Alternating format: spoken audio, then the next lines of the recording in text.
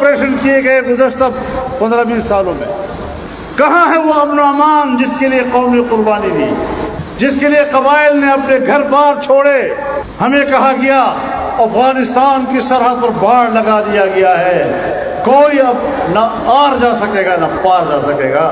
تو 50,000 میرے لوگ ادھر کیسے گئے اور 50,000 ان کے لوگ اب میرے ہاں کیسے آ گئے؟ میرا قبائلی علاقہ اور میرا صوبہ جل رہا ہے، کس پاداش میں میرا خون بہایا جا رہا ہے؟ پارلیمنٹ پہ ختم نبوت کا مسئلہ آئے تو جمعیت کا کارکن کھڑا ہے۔ بڑی سازشیں ہم نے وہاں پکڑی ہیں، آپ کو تو پتہ ہی نہیں ہے کہ چھپ چھپائے بہت کچھ ہوتا رہا، اور کس طرح جا کر آخری لمحے پہ ہم نے پکڑی ہے وہ چیزیں۔ جب ہم نے پکڑی تو آپ تو موجود تھے، پھر آپ کہاں تھے؟ بس آسانی سے یہ سوال کرنا تمہاری قدرت میں ہے، آگے آپ کو پتہ نہیں کہ ہمیں کن کن حالات سے گزرنا پڑتا ہے۔ حافظ حمداللہ وہاں پر میدان میں کھڑا ہے، ختم نبوت کا مسئلہ حل ہوا پارلیمنٹ میں جا کر، ناموس صحابہ کا مسئلہ حل ہوا پارلیمنٹ میں جا کر، اور جس جمعیت علماء کو آپ گالیاں دیتے رہے ساری زندگی، اسی جمعیت علماء کے ہاتھوں سے آپ کو یہ چیز ملی۔ کوئی فرقہ وارانہ جنگ ہم نے نہیں لڑی، کوئی کسی کو کافر اور ان کا خون جائز نہیں کیا، دلیل کی بنیاد پر ادارے کے اندر وقت آ گیا۔ اور کیا ہے، قانون میں تو کوئی مسئلہ نہیں ہے، سزا میں اضافہ ہوا ہے۔ تو اگر ایک جنرل کی توہین پر سزا میں اضافے کا قانون پاس ہو سکتا ہے تو صحابہ کرام اور اہل بیت اطہار کی عزت و ناموس پر سزا میں اضافہ کیوں نہیں ہو سکتا؟ دھوکہ مت دو، اور اگر تم واقعی عوام، جمہوریت اور پارلیمنٹ کی بات کرتے ہو تو پاکستان میں یہ عوام کی تحریک کے نتیجے میں پارلیمنٹ کا فیصلہ ہے، اور پارلیمنٹ کا متفقہ فیصلہ عالمی برادری کو تسلیم کر لینا چاہیے۔ تمہارے نزدیک اور کوئی دلیل قبول نہیں، لیکن عدلیہ آپ کی نظر میں ایک دلیل ضرور ہے۔ تو ریاست بہاولپور کی عدلیہ نے ان کو غیر مسلم قرار دیا تھا، جنوبی افریقہ کی عدلیہ نے ان کو غیر مسلم قرار دیا، حالانکہ وہ مسلمانوں کی عدلیہ نہیں۔ انہوں نے اسلام کے اصولوں کو پہلے سمجھا، اور سمجھنے کے بعد ان کا کیس سنا، اور پھر طے کیا کہ اسلام کے ان اصولوں کی بنیاد پر اس عقیدے کے ساتھ یہ لوگ مسلمان کہلانے کے مستحق نہیں۔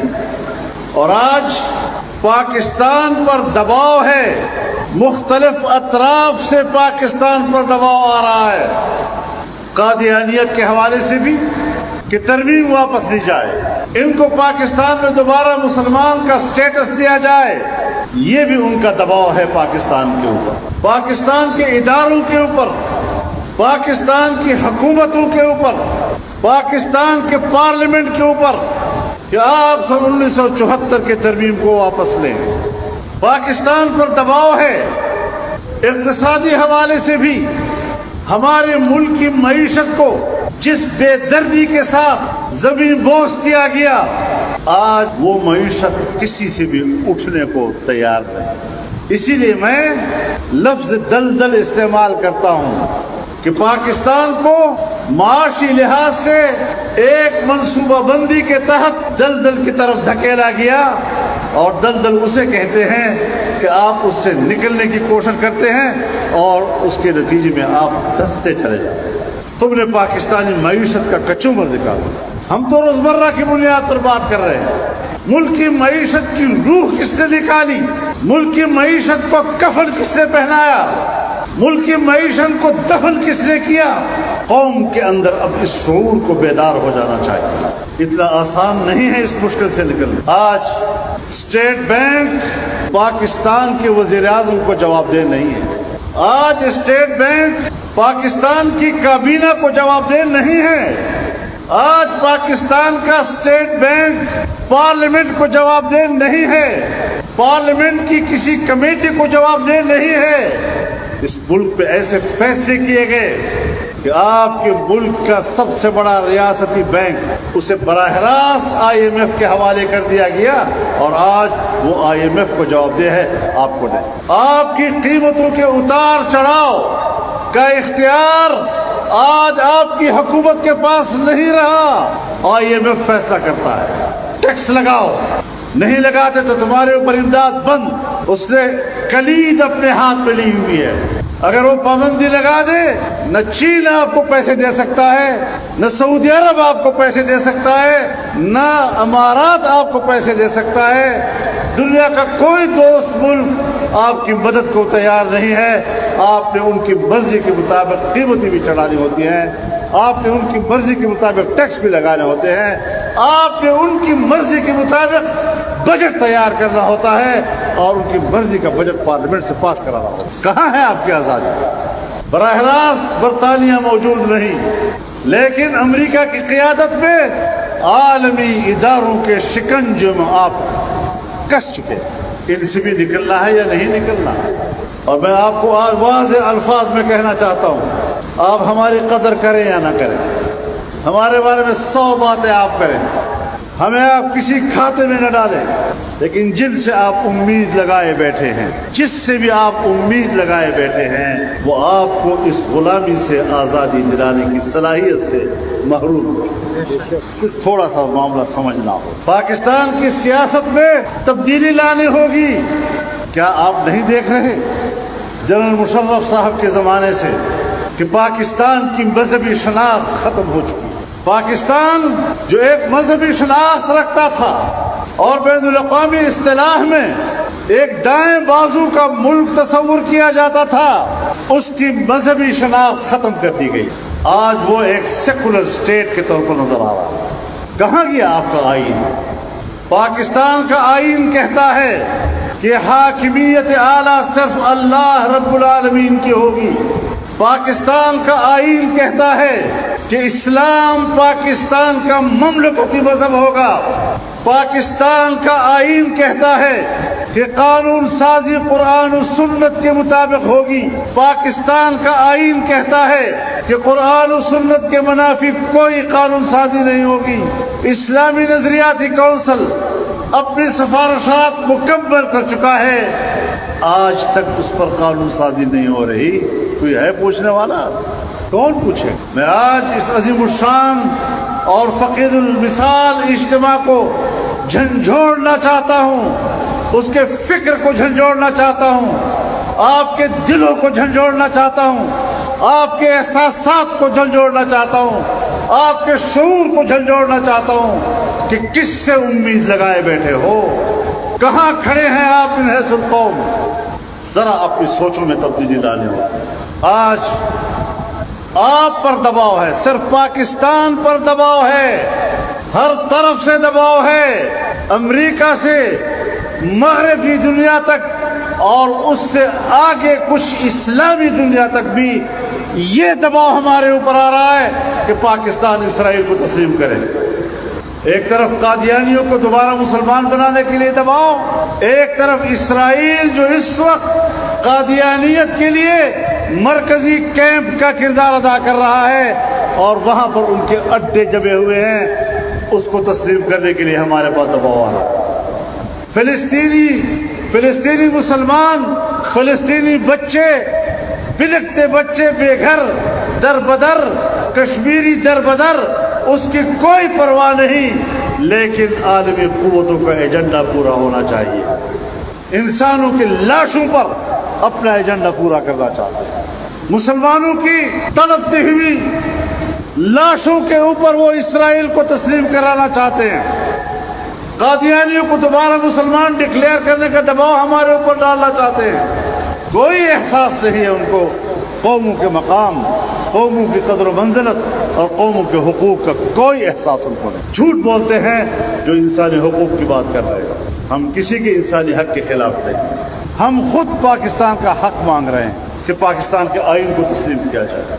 ایک نئی لابی دنیا میں کام کر رہی ہے، میرے اور آپ کی شکل میں کام کر رہی ہے۔ مجھ سے اچھی پگڑیاں باندھنے والے، مجھ سے اچھی داڑیاں رکھنے والے، بڑے آرام کے ساتھ وہ آپ کو کافر کہہ رہے ہیں کہ پارلیمنٹ کو ختم کرو، جمہوریت کو ختم کرو، یہ ساری چیزیں ختم کرو۔ اس کا نتیجہ کیا نکلے گا؟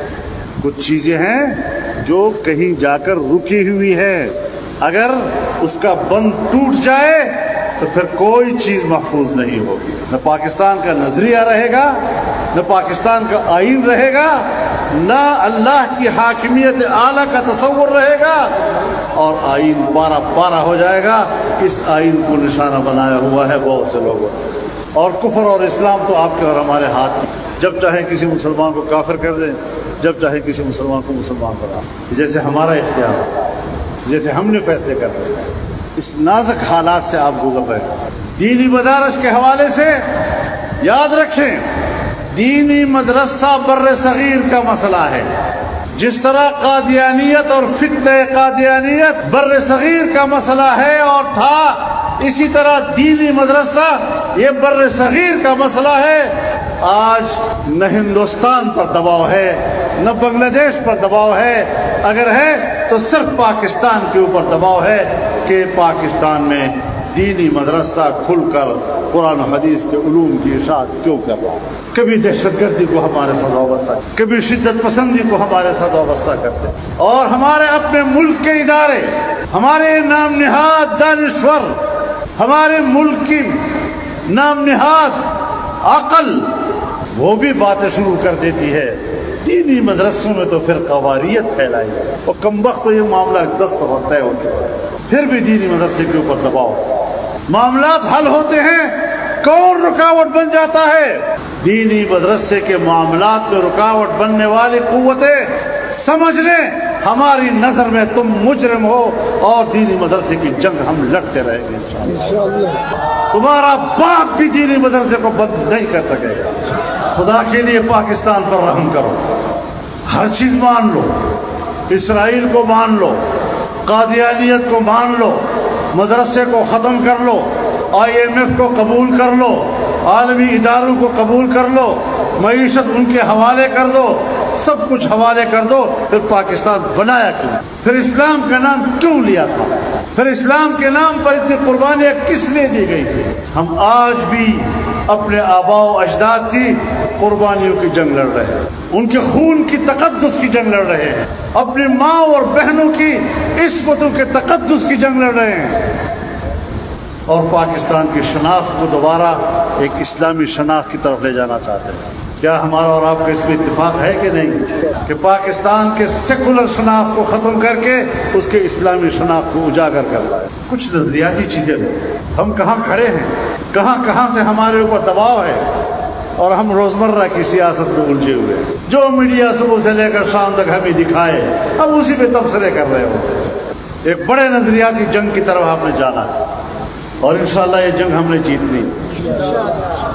آپ میں قوت ہے, لیکن آپ لوگ اس زاویے سے سوچیں تو صحیح.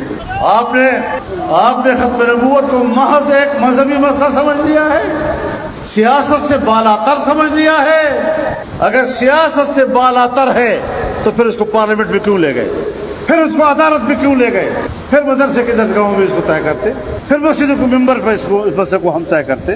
اگر ہم اس کو پارلیمنٹ میں لے گئے ہیں تو میں نے تو اس دن بھی جلسے میں کہا کہ رسول اللہ صلی اللہ علیہ وسلم نے خاتم النبیین کا معنی خود ہی کیا ہے. آپ نے خود ہی خاتم النبیین کا معنی کر, انما انا خاتم النبیین لا نبی بعدی.